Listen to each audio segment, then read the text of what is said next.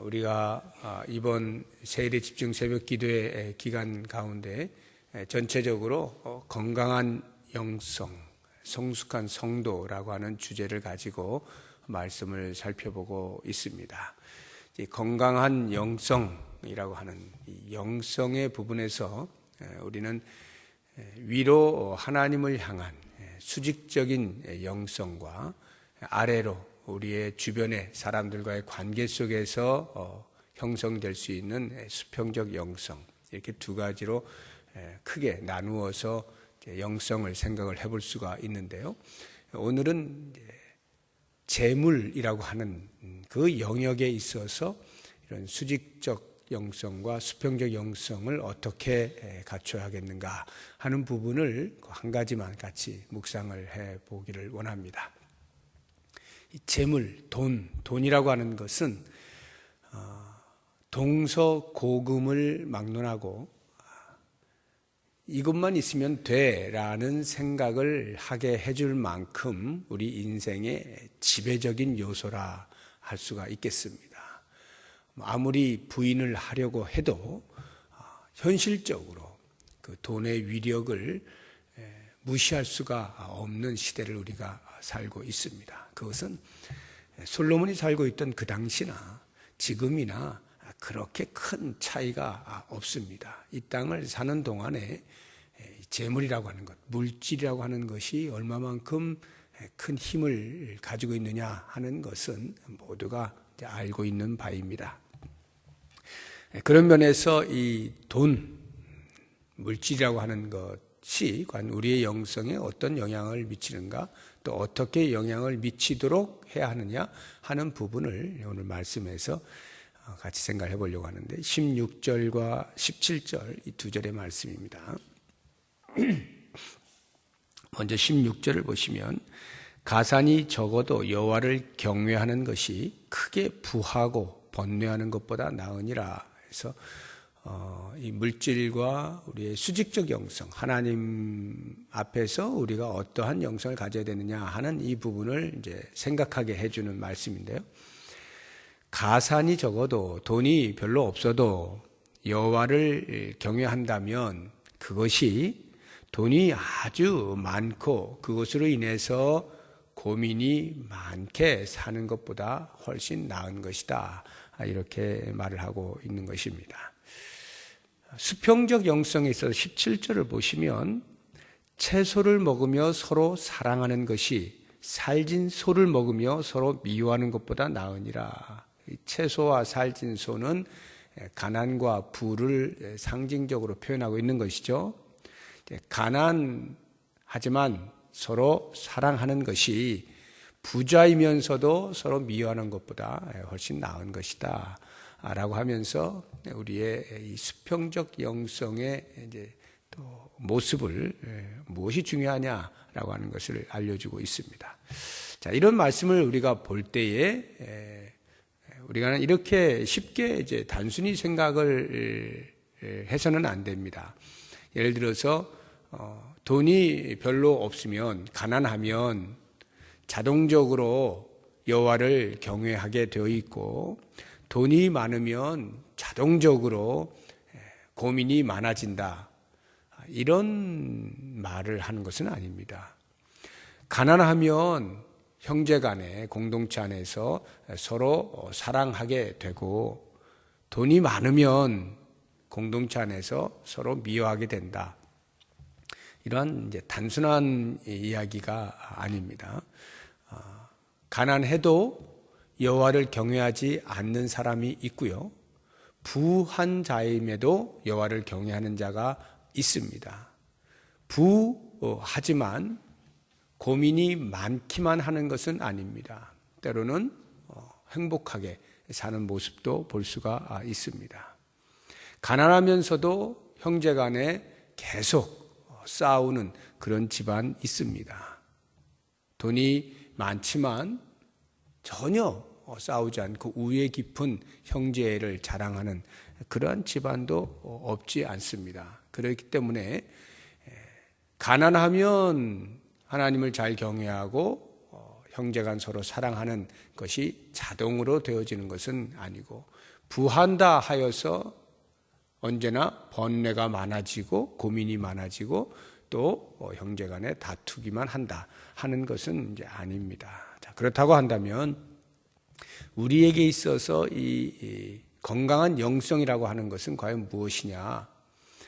가난하나 부하나 여호와를 경외하는 이것이 이제 건강한 영성이라 하는 것인데요. 가난해도 여호와를 경외할 수 있고 부해도 여호와를 경외할 수 있습니다. 여호와를 경외하는 것, 여호와를 섬기는 그것이 우리의 건강한 영성입니다. 그러나 물질이 많을 때에 그것이 여호와를 경외하는 일에 있어서 방해를 많이 하는 것만은 사실입니다.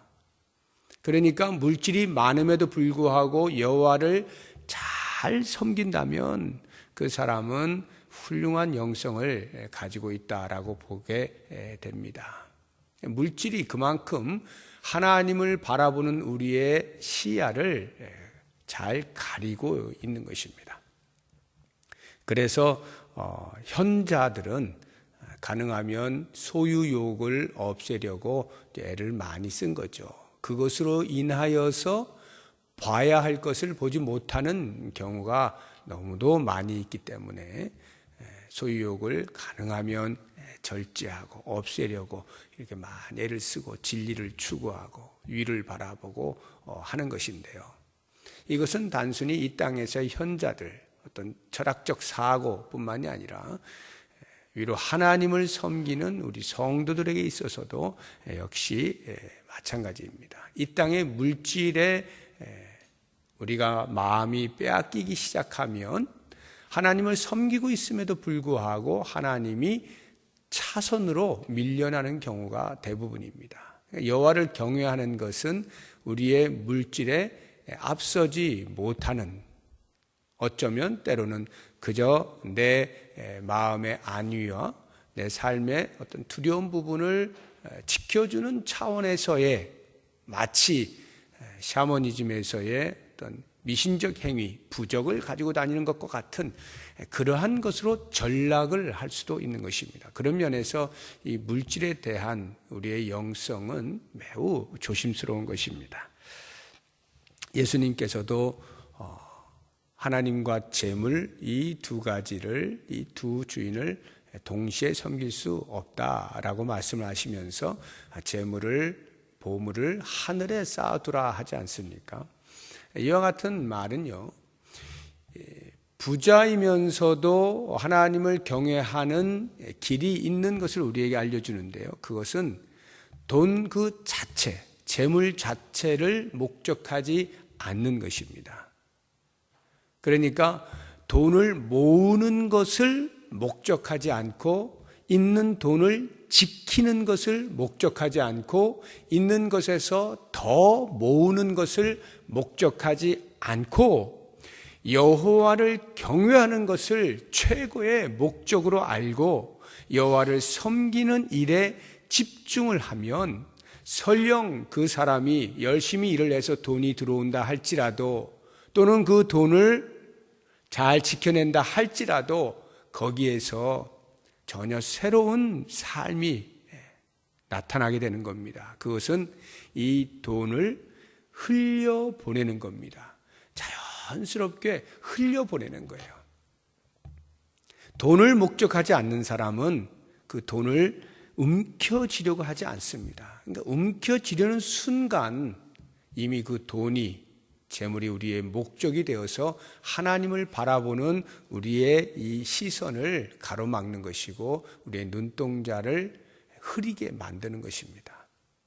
그런 면에서 가난한 자는 가난한 대로 위를 바라보시면서 언제나 가난한 자와 함께 하시는 여호와 하나님을 경외하고 그 하나님 편에 늘 서 있기를 즐거워하고, 돈이 있는 자는 있는 자대로 그것을 하늘의 보물을 쌓아두는, 하나님이 기뻐하시는 일의 재물을 기꺼이 사용할 수 있는 넉넉한 마음과 신앙의 자세를 가지고 사용하면 그 사람은 부하여도 여호와를 경외하는 것을 으뜸으로 삼고 번뇌가 없어요. 고민이 없습니다. 그런데 많은 사람들이 그게 안 되는 거죠. 그 물질의 노예가 되기 시작하는 것이고 많아지면 많아질수록 더욱더 그것을 지키기 위하여서 하나님은 안 보이기 시작하는 겁니다. 세상 사람들은 말할 것도 없죠. 돈 때문에 형제고 뭐고 없지 않습니까? 다 돈이면 모든 것이 되는 것이고 그것을 움켜쥐기 위해서는 부모, 자식 간에서도 의를 끊는 것이고 형제 간에서도 의를 끊어버리기 십상이고요. 그러한 것이 우리 성도의 삶에서도 없으라는 법이 없어요. 물질의 노예가 되면 하나님도 뒷전이 되면서 점점 그 물질의 노예가 되어져서 우리의 영성은 온데간데 없어지는 것이고요. 근근히 신앙 생활을 한다라고 하는 어떤 줄 하나를 붙잡고 위험한 삶을 사는 것이죠. 그런 면에서 우리는 오직 위로 하나님을 바라보면서 그 하나님을 섬기는 일에 있어서 우리의 물질이 때로는 수단이 되어서 하나님을 섬기는 것에 더 빛나게 하는 일에 쓸 수 있는 그러한 영성이 있어야 되고요. 만약에 하나님을 섬기는 일에 우리를 가로막는다라는 생각이 드는 순간 그 물질을 놓을 줄 아는 영성이 있을 때 그것이 건강한 영성을 유지할 수 있는 비결이다라고 하는 것입니다. 우리는 경험적으로 결코 쉽지 않다는 것을 잘 알기 때문에 이 물질에 있어서의 하나님을 섬기는 이 영성이 얼마나 힘든 것인가 하는 것과 그래서 우리는 더 많이 엎드려야 하는 것, 그 물질로 나를 올라매지 아니하는 물질에 있어서 참으로 자유할 수 있는 영혼을 유지하는 것, 이것이 우리가 주님 오시는 날까지 가져야 할 수직적인 건강한 영성이라 하는 것이고요. 수평적으로 보게 되면 채소를 먹으며 서로 사랑하는 것과 살진 소를 먹으면서 서로 미워하는 것, 공동체 안에서 그러니까 가정이라고 보시면 되겠습니다. 가장 기본적인 단위인 가정 안에서 사랑하느냐 서로 미워하느냐라고 하는 것은 가족 간에 그런 게 어디 있느냐? 그렇지 않죠. 실제 우리의 가족 안에서도 사랑하는 그런 가족들이 있는가 하면 서로 미워하고 말도 안 하고 지내는 그런 가족들도 있습니다. 그렇게 볼 때 우리의 수평적 영성이라고 하는 것은 위로 하나님을 참으로 섬기고 바로 경외하며 살아갈 때에 우리의 삶에서 수평적으로 인간관계 속에서 자연스럽게 그것이 사랑으로 드러날 수밖에 없는 것인데요. 이러한 그 사랑을 드러내는 수평적 영성이 나에게 없다라고 한다면 과연 나는 하나님을 바르게 섬기고 있는가 하는 부분을 점검을 할 필요가 있습니다. 그 부분이 확실하면 수평적으로 서로를 사랑하는 것에 있어서 계속하여 우리의 마음에 그 거룩한 부담으로 다가옵니다. 그래서 그 사랑을 하기를 애를 쓰는 것이고요. 마음에 누군가를 미워하거나 다툼이 일어나는 어떤 일들이 있을 때 그것을 견뎌하지 못하는 것입니다. 그런 것들을 계속해서 배제해 나가는 것이 수평적 영성에 있어서 건강합니다라고 하는 것입니다. 이렇게 잠언의 기자가 우리에게 알려주고 있잖아요.